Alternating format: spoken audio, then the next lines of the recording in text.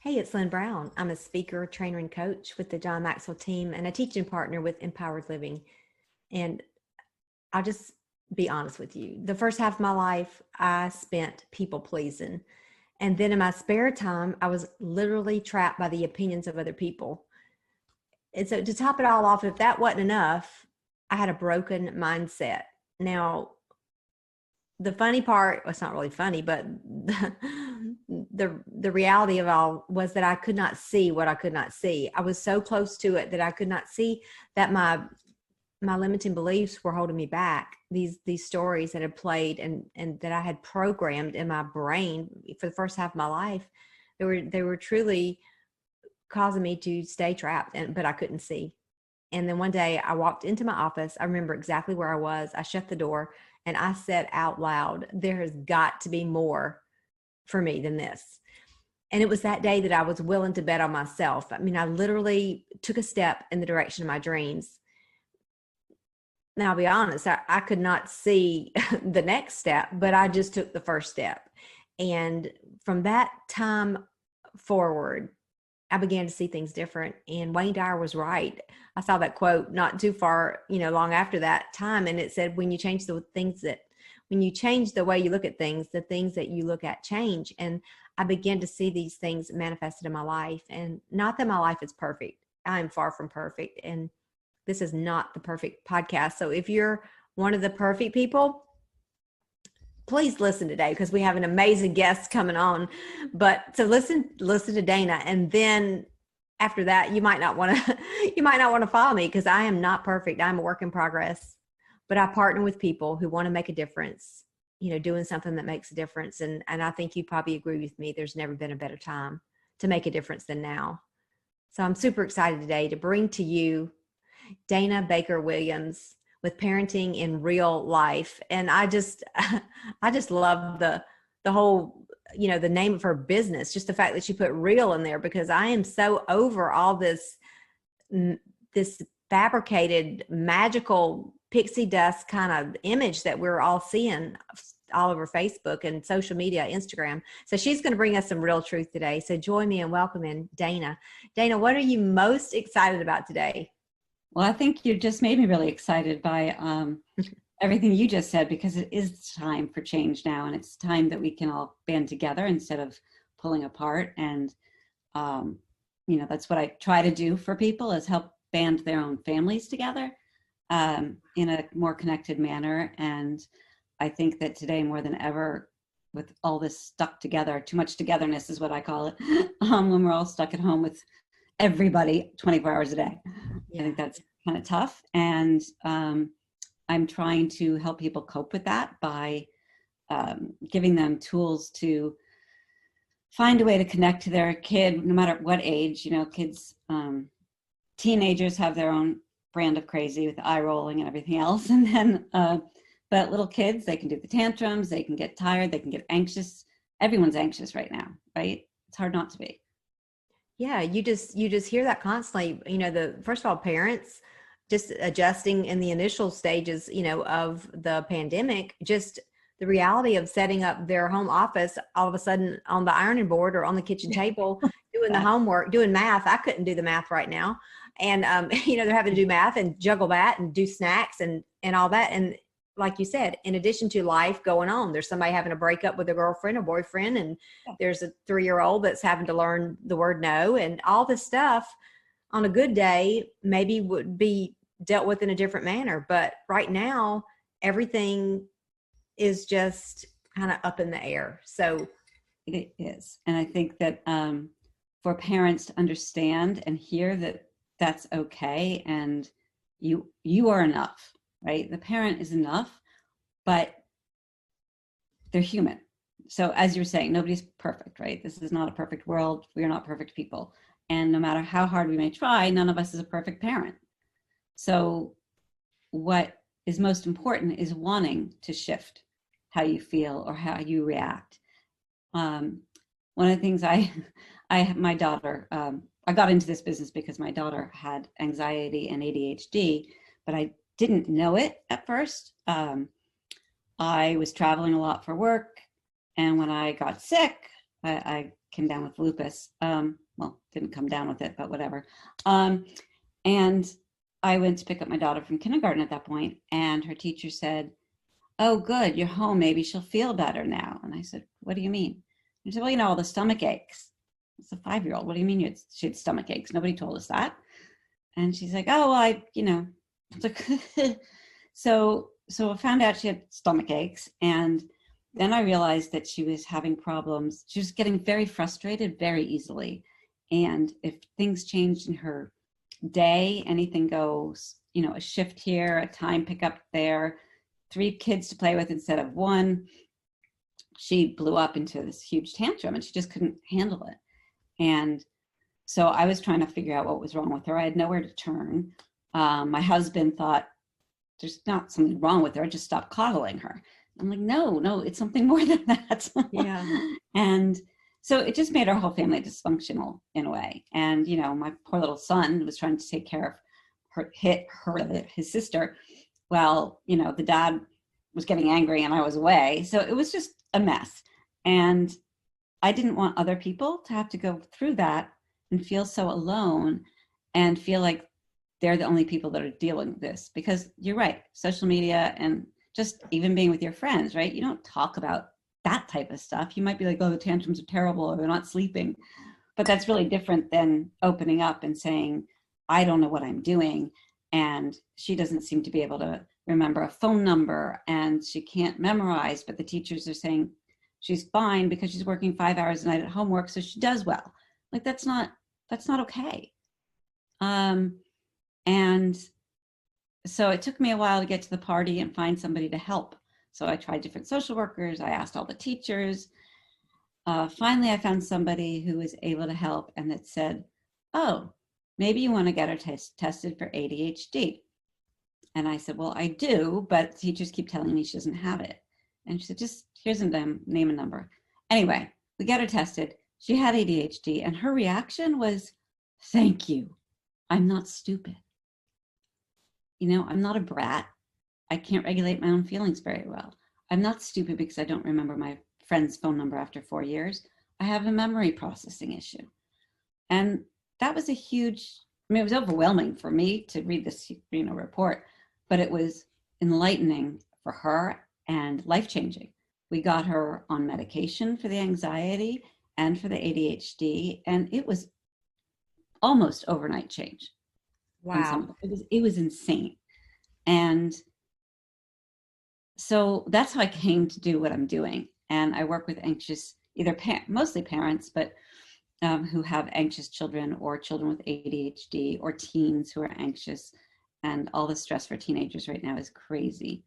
I will also work with a 12 or older child, but honestly, I hate to say this because the parents don't like to hear this, but honestly, it's your fault. It's not your fault at all. It's you who can make the change easier than a child, right? So we start with you and give you the coping tools so that you are better able to respond as opposed to react. Yeah, that's exactly right. And it's such a great point because the person with the most awareness has the most responsibility. Absolutely. And oftentimes we see that role switched. And when I worked in the school systems, a lot of times, the parents would come in and for the conferences and you would almost be shocked at the behavior, just trying to decide who was the adult, who was the most responsible one. And I think that that's a great point because they do hold, and in most cases, they hold the key to unlock the code.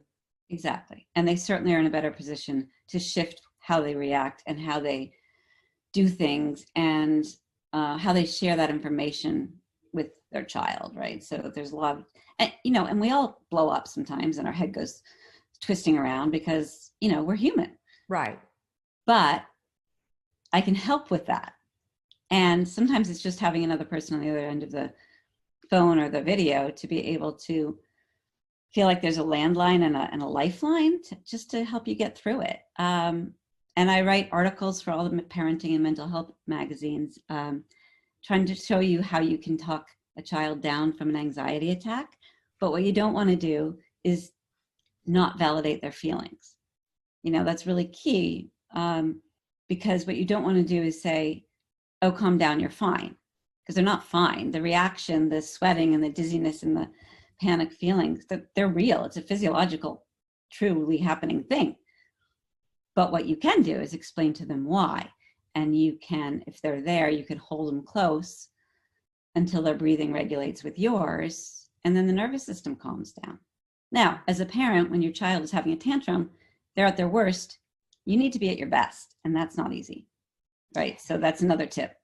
It's not easy, but it's true. At their That's worst, right. That is it's such a small little phrase that you just said, but it's so true. When they're having a fit, when they're not at their best, we have to be at our best, and we are in charge. We're the grown-ups, and we need to not escalate it, right? Yeah, and it's not easy. It's not. I can remember thinking sometimes, run away. Let me just run away as a young mom, and then I thought, well, you got to come back because somebody's got to eat, But actually, running away is a really good idea, because if you can take yourself out of the room for a little while and calm yourself down before you blow up and twist around like a crazy person yourself, that's great. Remove yourself or remove the child from that moment of escalation, because once it gets over the top, it just, there's no coming back very easily. And then you've got them in tears and you're in tears, and your other kids are yelling, stop it. Yeah. And then it's just the circus. It's on then at that point. It has a mind of its own. It totally does. And parenting is super hard. And a few little tips like that can really help, although you don't think it can. I had one client, a teenage girl, which can be a lot. And she wasn't doing her homework. She was putting yucky stuff out on the social media, whatever the case was. She wasn't coming home on curfew. She was smoking pot. And this one phrase I used one day really resonated with her. I said, okay, picture your daughter as the stove.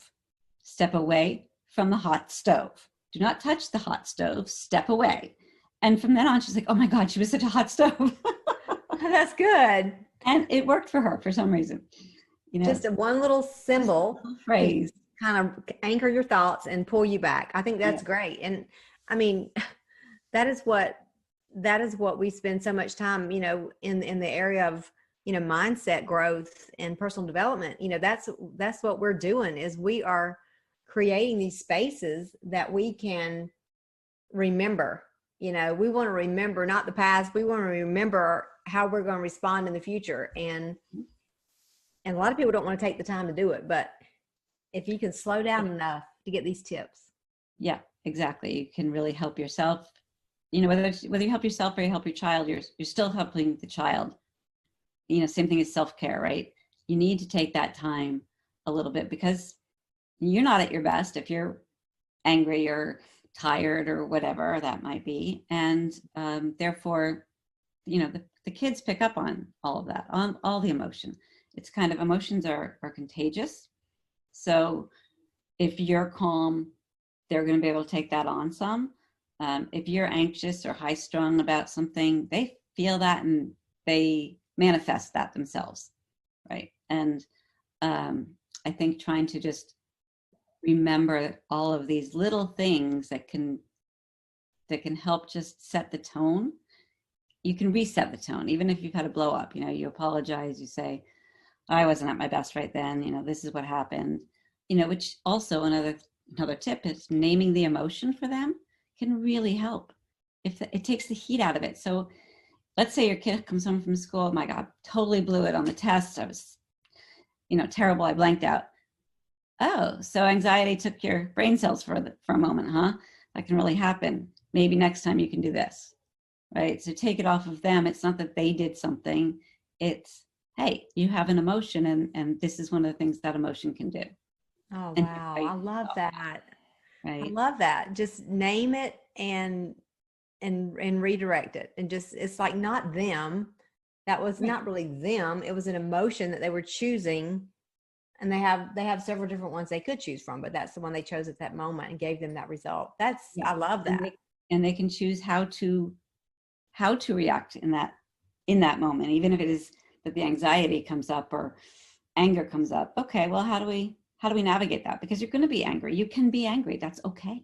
I mean, and kids need to learn that, because when they're just told, oh, you're hungry, as they grow up, every time they're angry, I know you're just hungry, or you're just tired. Well, then how do they know that it's okay to be angry, and how do they know how to manage that anger when it comes? Because it does come. We all get angry sometimes, or sad, or, stressed, or whatever it is. The feelings are real. And I do believe with anyone, whether it's your friend, your child, your teenager, to validate the feelings first can be super helpful. Or for yourself, validate it for yourself. Oh, okay, I'm feeling angry.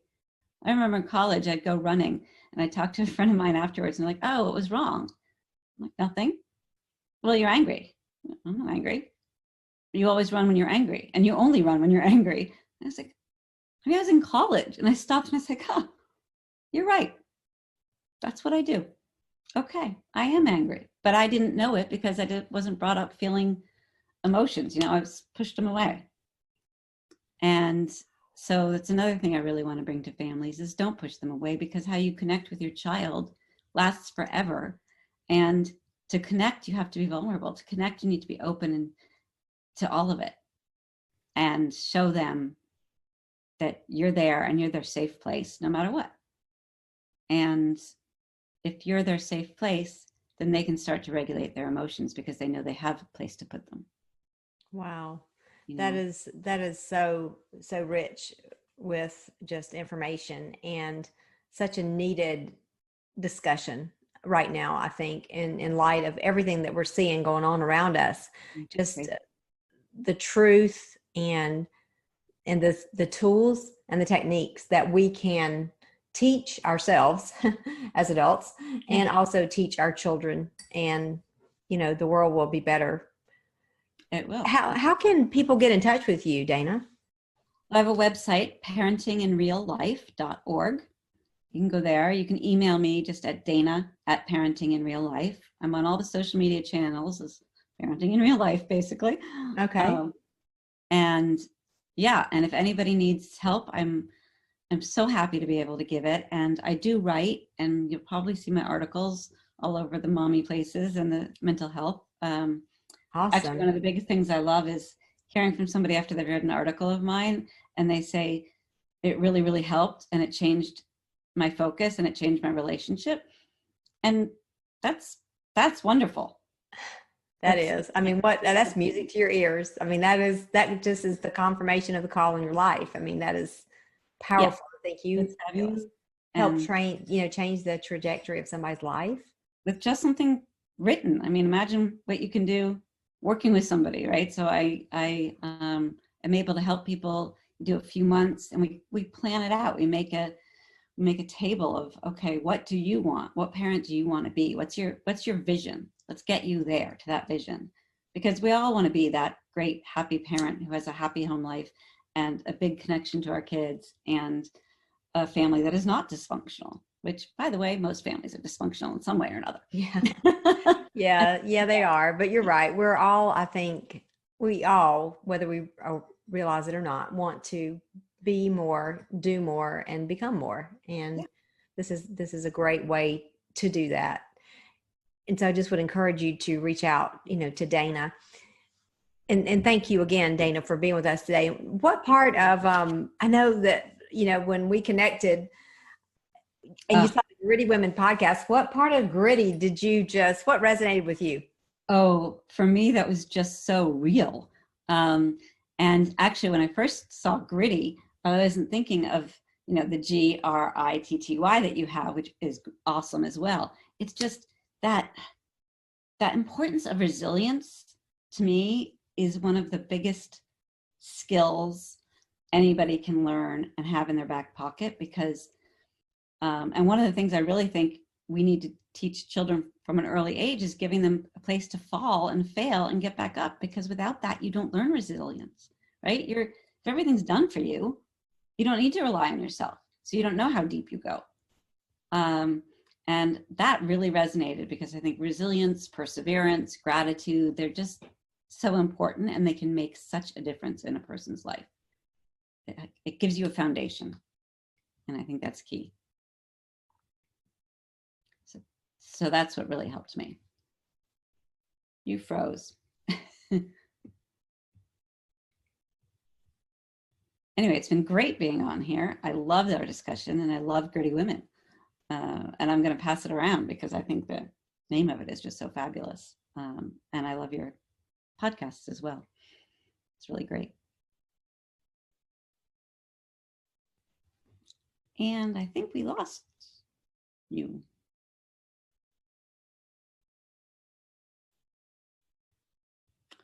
I am alone, so I'm going to end the recording, I think. Yeah. And so gratitude alone is one thing that me personally changed everything in my life.